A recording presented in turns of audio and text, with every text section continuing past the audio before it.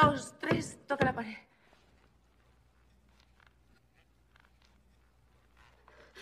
Un,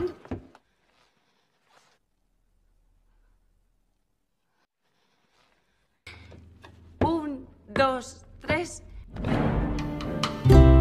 Halo para pelayar, jumpa lagi bersama saya yang kali ini akan menyajikan alur cerita film bergenre drama misteri, yang cukup menarik untuk ditonton. Dan tanpa pakai basa-basi lagi langsung saja bentangkan layar dan selamat menyaksikan.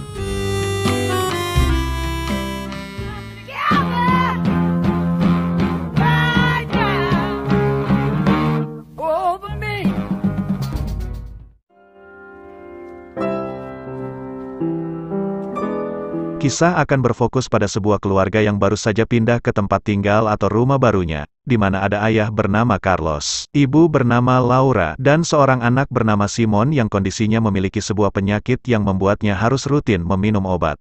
Rumah baru tersebut dulunya merupakan sebuah panti asuhan di mana ketika masih anak-anak, Laura tinggal dan bermain di panti tersebut bersama dengan anak-anak yang lain sebelum akhirnya Laura diadopsi oleh sebuah keluarga. Yang kini setelah menikah dan memiliki rumah panti asuhan yang telah lama ditutup itu, Laura pun berniat untuk kembali membukanya.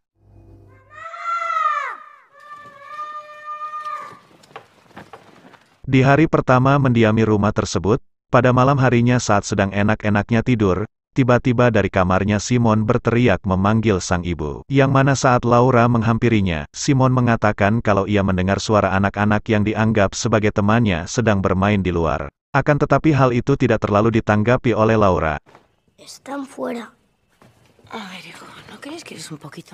Singkat cerita, pagi pun tiba. Laura mengajak Simon mencari kerang di suatu goa di tepi pantai yang hanya dapat diakses saat air laut sedang surut. Dan ketika itu Laura mendapati hal yang ganjil di mana ia melihat Simon yang berbicara dengan seseorang di dalam goa itu, yang mana saat Laura memeriksanya, ia tidak melihat seseorang lain di dalam goa tersebut. Bahkan di perjalanan pulang pun, Simon memberikan tanda dengan menjatuhkan kerang-kerangnya, yang katanya agar teman yang ditemuinya di dalam goa tadi dapat menemuinya lagi. Hola, Benigna Escobedo, soy asistente social.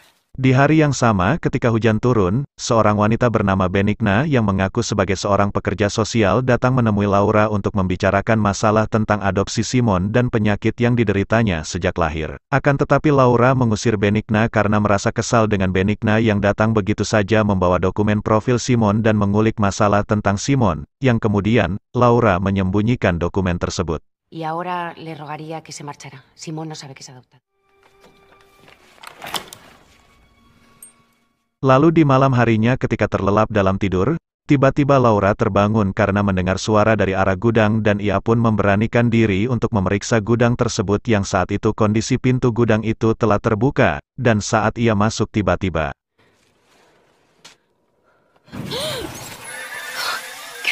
Ternyata itu adalah Benigna yang langsung kabur saat itu juga ketika melihat Laura. Dan esok paginya, Laura kembali dikejutkan dengan adanya setumpuk kerang yang berada di depan pintu rumahnya. Namun lagi-lagi ia pun tidak menghiraukannya. Kemudian ia pun mengajak Simon mengobrol dengan menanyakan perihal tentang teman tak terlihatnya Simon. Di mana Simon pun mengatakan kalau temannya berjumlah 6 orang dan ia pun menggambarkan wujud mereka dalam sebuah kertas. Yang salah satu dari anak yang digambarkan Simon tersebut bernama Thomas yang terlihat mengenakan penutup wajah. Laura pun menanyakan maksud dari benda yang ada pada genggaman anak-anak di gambar tersebut. Dan Simon mengatakan jika benda tersebut adalah harta karun dari setiap anak yang didapatkannya dari sebuah permainan, yang mana Simon pun sedang mengikuti permainan itu, di mana ia mencari harta karunnya sendiri yang berupa koin yang telah disembunyikan oleh teman-teman tak terlihatnya, dan jika Simon berhasil menemukannya, maka mereka akan mewujudkan keinginan Simon yang menginginkan dirinya tidak ingin menjadi orang dewasa. Dan Laura pun mengikuti Simon untuk mencari koin tersebut dengan mengikuti petunjuk-petunjuk dari setiap benda yang ditemukan di berbagai tempat hingga akhirnya petunjuk itu mengarah ke tempat di mana koin itu berada. Yang mana tempat tersebut adalah tempat di mana Laura menyembunyikan berkas-berkas Simon. Yang akhirnya Simon mengetahui kalau ia bukanlah anak kandung Laura. Akan tetapi bukan dari berkas tersebut Simon mengetahuinya, melainkan dari teman tak terlihatnya yang bernama Thomas. Tomás me ha dicho la verdad.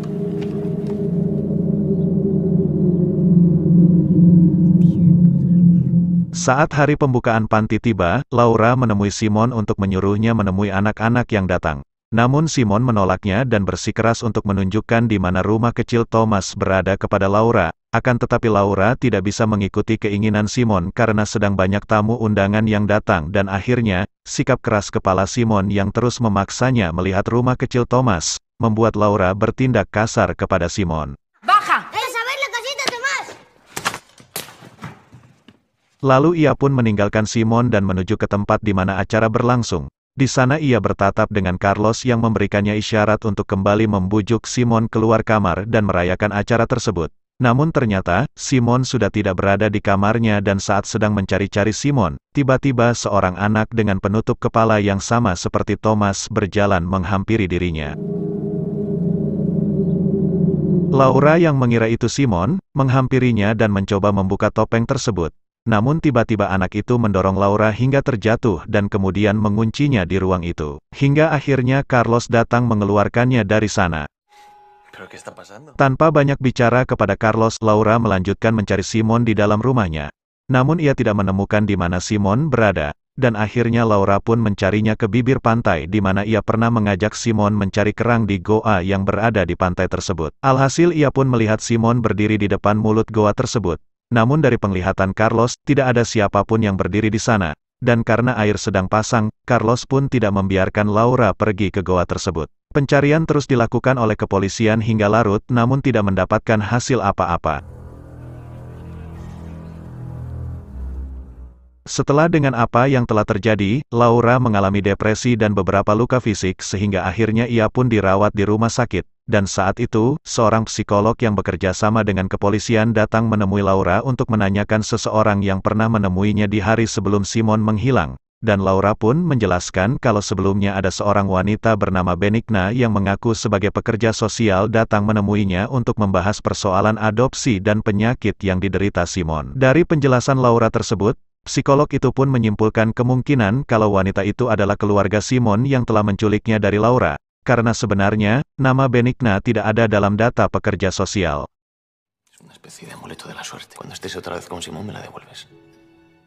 Lalu saat sudah kembali ke rumahnya, Laura mengalami hal mencengangkan di mana ia mendengar suara gebrakan dari kamar Simon dan saat masuk untuk memeriksa, ia menemukan sebuah boneka di atas tempat tidur Simon.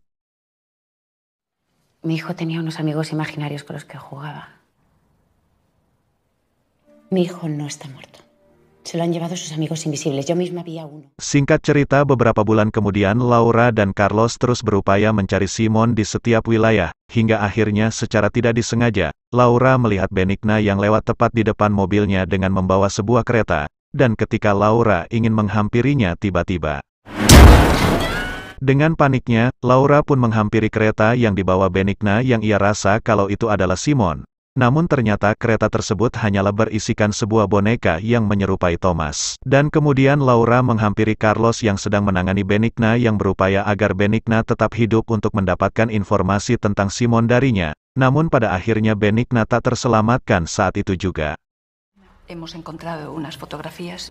Me gustaría que les echas un vistazo. Dengan tewasnya Benigna, kepolisian menemukan beberapa informasi yang didapatkan dari kediamannya. Yang kemudian saat di kantor kepolisian, si psikolog memperlihatkan Laura beberapa rekaman video lama dan sebuah foto masa lalu Benigna. Dari sini terungkap jika Benigna dulunya adalah seorang yang bekerja di panti tersebut, dan ternyata ia adalah ibu dari Thomas, yang diketahui jika Thomas memiliki kelainan pada wajahnya.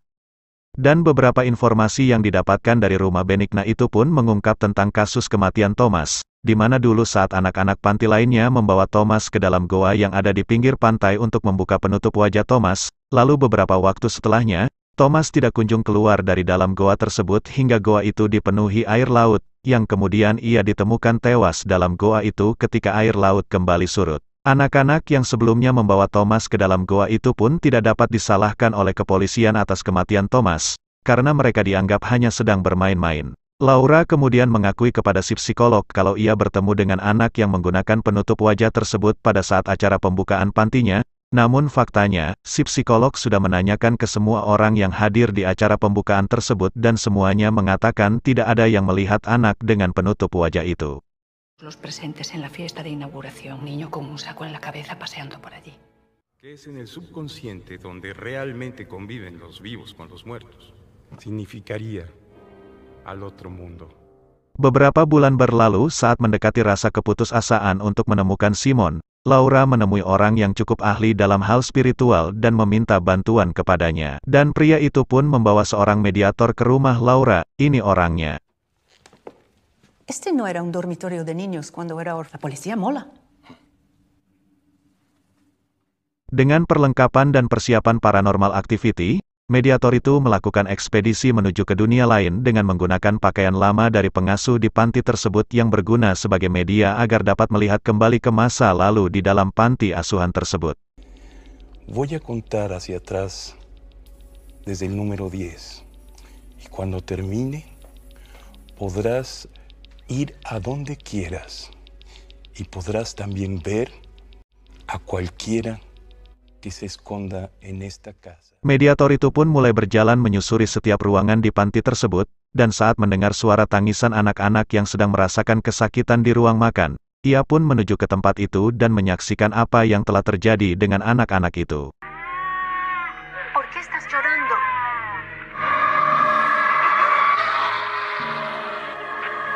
Iba a querer envenenar. Lalu tiba-tiba semua layar monitor lost connect, dan kemudian si pria pun menyadarkan kembali si mediator dengan sugestinya, dan entah mengapa mediator itu pun terlihat berada di tempat semula.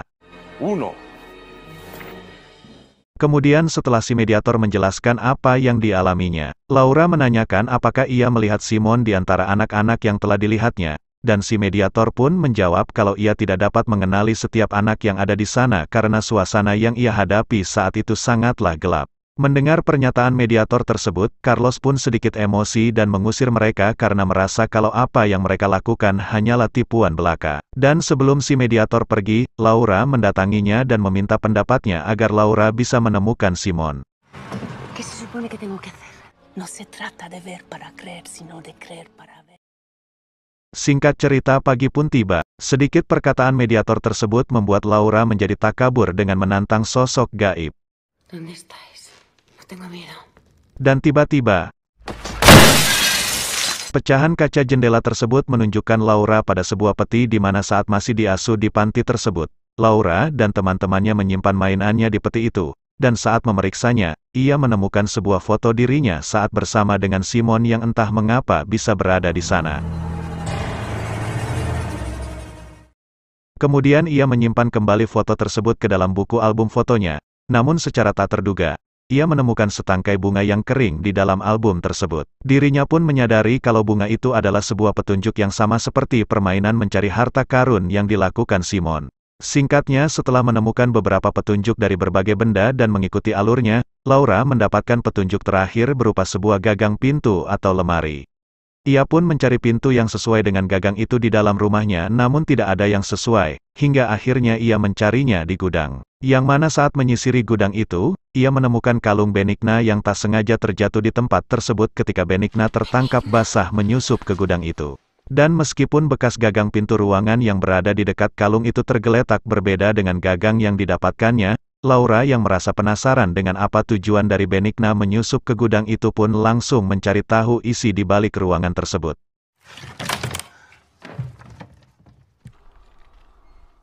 Dari ruangan itu, Laura menemukan sebuah karung dan saat mengeluarkan isi di dalam karung tersebut, ia pun terkejut dengan isi karung yang ternyata berupa tulang belulang manusia, yang tidak lain adalah anak-anak panti.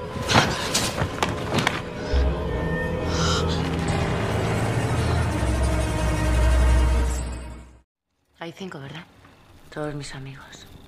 Benigna los mató. Setelah penemuan kerangka tersebut dikaitkan dengan Benigna dan kasus kematian Thomas, terungkap sebuah fakta bahwa Benigna lah yang telah membunuh anak-anak panti dengan cara meracuninya, di mana momen tragis itu direkam oleh Benigna sendiri dalam sebuah kaset yang ditemukan kepolisian di kediamannya, yang mana maksud dan tujuannya membunuh anak-anak tersebut adalah untuk membalas dendam atas kematian Thomas yang tewas setelah dibawa bermain oleh anak-anak itu ke dalam goa di pantai. Sementara itu untuk alasan Benigna menyusup ke gudang panti setelah Laura tinggal di sana bersama suaminya dan Simon, adalah untuk menghilangkan bukti dari tindakannya di masa lalu.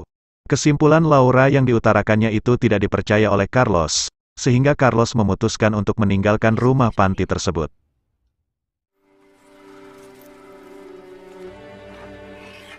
Sementara itu Laura yang terus berusaha mencari Simon seorang diri, mencoba menggunakan metode dari si mediator sebelumnya, di mana Laura mengubah suasana panti tersebut menjadi sama persis ketika dia masih anak-anak dahulu, dan ia pun mengenakan baju pengasuh layaknya seorang pengasuh di panti tersebut.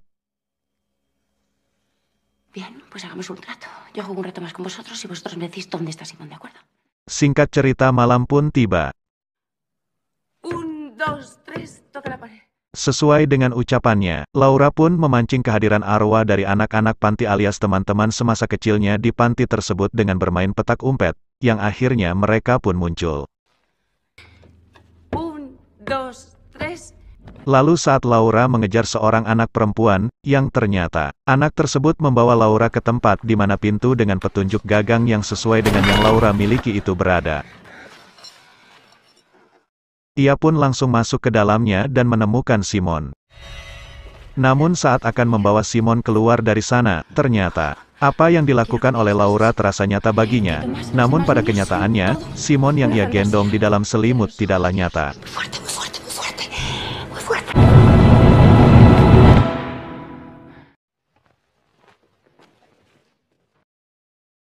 Kondisi sebenarnya saat itu adalah terlihatnya sesosok jasad anak yang mengenakan penutup kepala, dan Laura pun mendekatinya untuk membuka penutup kepalanya dan berharap kalau itu bukanlah Simon. Namun ternyata, itu adalah jasad Simon. Terungkaplah bahwa suara gebrakan yang pernah didengar Laura saat itu adalah suara dari Simon yang terjatuh dari tangga di dalam ruangan tersebut yang tersembunyi. Dengan perasaan yang miris, di mana setelah 9 bulan mencari sang anak dan kini yang ia temukan hanyalah jasadnya yang hanya tersisa tulang tengkorak saja. Dan karena tidak bisa menerima kenyataan yang begitu pahit, Laura pun memilih mengakhiri hidupnya dengan menelan racun.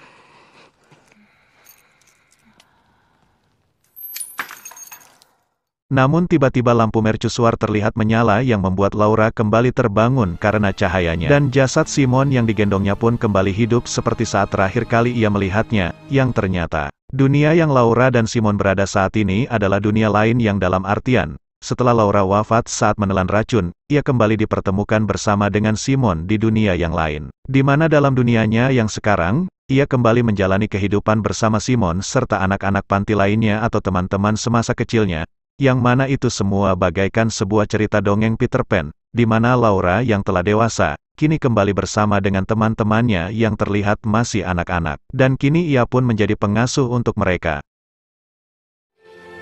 Eras una vez una casa que estaba en la playa donde vivían los niños perdidos. Akhir film memperlihatkan Carlos yang berziarah ke makam Laura dan ditutup dengan adegan di mana Carlos menemukan kalung yang sebelumnya ia berikan kepada Laura. Menurut saya pribadi, secara keseluruhan alur filmnya tersusun dengan twist yang sangat rapi. Hanya saja ending film yang menampilkan Carlos menemukan kalung itu membuat saya merasa kalau itu sangat menggantung ceritanya. Dan kesan yang dapat saya tangkap ialah di mana akhirnya Laura bertemu dan kembali bersama dengan anak adopsinya yaitu Simon, setelah selama 9 bulan perjuangannya meskipun dengan mengorbankan nyawanya sendiri. Yang mana hal itu mengibaratkan perjuangan seorang ibu yang berjuang antara hidup dan mati untuk melahirkan sang buah hati. Dan pesan yang dapat saya sampaikan ialah, jadilah anak yang berbakti kepada orang tua.